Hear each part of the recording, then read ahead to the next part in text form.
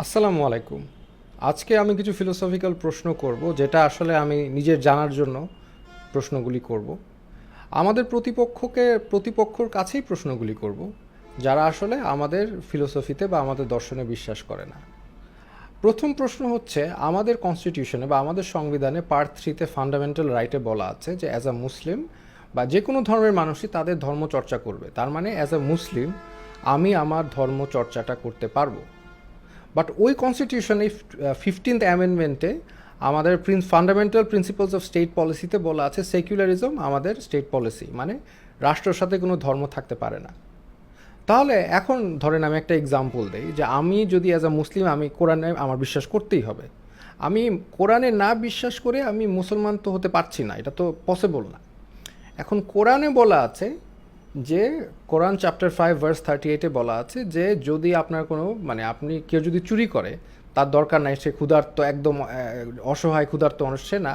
ধরেন 100 কোটি টাকা কেউ চুরি করলো, তাকে যদি আমরা প্রমাণ করতে পারি, একটা কাজীর কাছে নিয়ে যদি প্রমাণ করতে পারি, তাহলে তার বাম হাত কেটে দিতে হবে বা তার লেফট রিস্ট কেটে দেওয়ার কথা কোরআনে বলা আছে। আমি বলছি না, আপনি রেফারেন্সটা চেক করে নিন, কোরআনে এটা বলা আছে।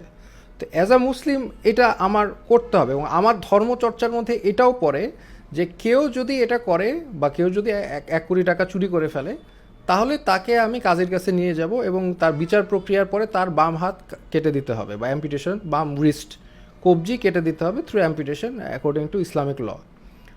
তো এখন আমি যদি আমার ধর্ম চর্চা করতে চাই, তাহলে কি আমার এইটাও কি চর্চা করার একটা পার্ট না, ধর্মের পার্ট না?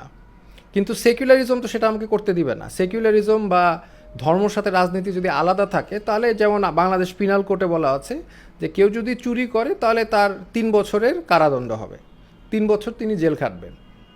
তো এখন এটা কি সাংঘর্ষিক না? এটা কি লজিক্যাল একটা প্রবলেম না? এটা কি যৌক্তিক প্রবলেম না? আমাকে একদিকে আপনি বলছেন আমি ধর্মচর্চা করব, আরেকদিকে বলছেন ধর্মর সাথে রাজনীতির কোনো মিল থাকবে না। আর পিনাল কোড যেটা আছে সেটা আমি ব্রিটিশ থেকে আমদানি করে নিয়ে আসবো বা ওই দর্শন থেকে আমদানি করে নিয়ে আসবো, ওই যে জেল খাটানো, এটা তো আমাদের মানে মুসলমানদের ভ্যালুর মধ্যে না বা মুসলমানদের প্রিন্সিপালের মধ্যে না। তা আমার প্রতিপক্ষরা যারা অ্যাগ্রি করেন যে না মানে আমাদের সেকুলার থাকতে হবে, আমাদের ধর্মের সাথে রাজনীতি মিল করতে পারে না, বাট আপনারা এটাও মানেন যে আমি আমার ধর্মচর্চা করতে পারবো, এই দুইটা যদি আপনারা মানেন তাহলে আমাকে এক্সপ্লেইন করেন যে আমি এই আমার কোরআনের এই আয়াতটা আমি কিভাবে চর্চা করব। আপনি যদি এই প্রশ্নটা মানে বাংলাদেশের যে কোনো শায়েককে জিজ্ঞেস করেন, ধরেন শায়েক সাইফুল্লাহ হুজুর, ওনাকে জিজ্ঞেস করেন, ইভেন কি যে কোনো ঘরানার মানুষকে, আব্বাসী হুজুরকে জিজ্ঞেস করেন, তারাও বলবে যে তারা চায় যে কেউ যদি এরকম চুরি করে, 100 কোটি টাকা চুরি করে, 1 কোটি টাকা চুরি করে, আমরা যদি কাজীকে দিয়ে প্রমাণ করাতে পারি, তাহলে তার বাম হাত কেটে দিতে হবে। এটা কোরআনে বলা আছে এবং এখানে কোনো দ্বিমত নাই। আলজেরিয়া থেকে ইন্দোনেশিয়ায় কারো দ্বিমত নাই যে এটা করতে হবে। এবং আমার ধর্মচর্চার মধ্যেও কিন্তু এটা পড়ে। কিন্তু আপনারা বলতে চাচ্ছেন যে আমি এই ধর্মচর্চাটা করতে পারবো না, কিন্তু তাহলে আমার কনস্টিটিউশনে কিভাবে বলে যে প্রত্যেকটা নাগরিকের তার ধর্মচর্চা করার অধিকার আছে, যেখানে আমি আমার ধর্মচর্চা করতে পারছি না? এই যে ফিলোসফিক্যাল প্রবলেমটা, এইটার সলিউশন আমরা বলছি যে সেকুলারিজম থাকা যাবে না। কারণ সেকুলারিজম থাকলে আমি ধর্মচর্চা করতে পারবো না, আর ধর্মচর্চা করলে আমি সেকুলার হতে পারবো না। দুইটা তো টোটালি কন্ট্রাডিক্টরি।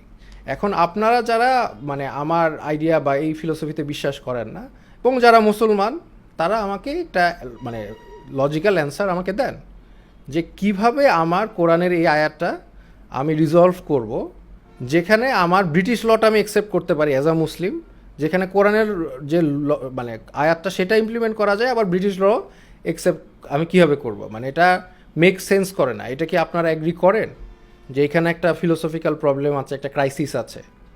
আর যদি ক্রাইসিস থাকে তাহলে অ্যাজ মুসলিমস আমাদের কি করা উচিত? তাহলে আমরা যারা ফর এক্সাম্পল ধরেন আমি মুসলিম, যেসব শায়েক আলেম ওলামারা আছে যারা এই বিষয়ে একমত, তাহলে আমরা সবাই, আপনাদের দরকার নাই, আমরা সবাই সিগনেচার দেই বা আমাদের যে ফলোয়ার বা ওনাদের যে ফলোয়ার, আমরা সবাই সিগনেচার দেই যে আমরা এই আইন দ্বারা আমরা we want to live our life, এটা আমাদের ধর্ম, এই ধর্ম আমরা চর্চা করব। আমি যদি চুরি করি আমার বাম কবজি কেটে দিয়ে, এটা আমি চাই।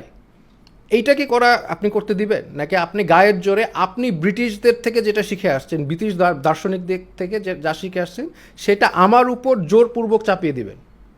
আপনি যদি জোরপূর্বক আপনার ধর্ম, আপনার ভ্যালু, আপনার দর্শন আমার উপর চাপিয়ে দেন, তাহলে আমার ফ্রিডম অফ রিলিজিয়ন কীভাবে থাকলো? এখন এখানে আবার ইতিহাসের বিষয় আছে। এইসব যে ওয়েস্টার্ন ফিলোসফি বা পশ্চিমা যে দর্শনগুলো আসছে, তারা পশ্চিমা ধর্মের খ্রিশ্চানিটি এবং চার্চের সাথে, গির্জার সাথে রাজার যে সংঘর্ষ ছিল, কী কারণে সংঘর্ষ ছিল, এই সব থেকে তারা এই সেকুলারিজম তৈরি করলো। সেটা তো আমাদের সাথে তো যায় না, আমরা তো এটার সাথে মানে ম্যাচ করে না। আপনি ওদেরটা আমাদের সাথে ম্যাচ করতে পারবেন না। তো ওদের যে চার্চের যে ক্ষমতা, চার্চ যে টাকা যেভাবে নেয়, আমাদের তো ধর্মে এরকম মস্ক সিস্টেম বা ওইরকম তো নাই। তো চার্চ এবং রাজার যে সাংঘর্ষিক যে বিষয়টা ছিল, সেটা সেই ধরনের সমস্যা আমাদের ইতিহাসে বা আমাদের ইয়েতে ওইভাবে হয়নি, মানে ইউরোপের মতো হয়নি। যার ফলে আমাদের সেকুলারিজম আসলে যায় না, আমাদের টোটালি ইললজিক্যাল। সেকুলারিজমের সাথে আমাদের ধর্মচর্চা একটা ইললজিক্যাল পয়েন্ট। এটা নিয়ে আরও ডিটেল আলোচনা করা যাবে, বাট আপনারা আপাতত যারা আমাদের এই মুসলিম কিন্তু এটাতে বিশ্বাস করেন না, আপনারা মনে করেন যে ব্রিটিশ লয় থাকা যায় বা ব্রিটিশদের ভ্যালুই থাকা যায় আমাদের পিনাল কোডে, তারা আমাকে একটা এক্সপ্লেনেশন দেন। কারণ আমার এক্সপ্লেনেশন হচ্ছে বা আমাদের আন্ডারস্ট্যান্ডিং বা আমাদের ফিলোসফি হচ্ছে আমরা কোরআন মানব, এবং কোরআনে যেটা বলা আছে সেটা আমরা, আপনাদের না, আপনারা মানেন না। বাট আমরা যারা বিশ্বাস করি, আমরা যদি মানি, তাহলে কি আপনাদের প্রবলেম আছে নাকি আপনারা গায়ের জোরে আমার উপর চাপিয়ে দিতে চাচ্ছেন?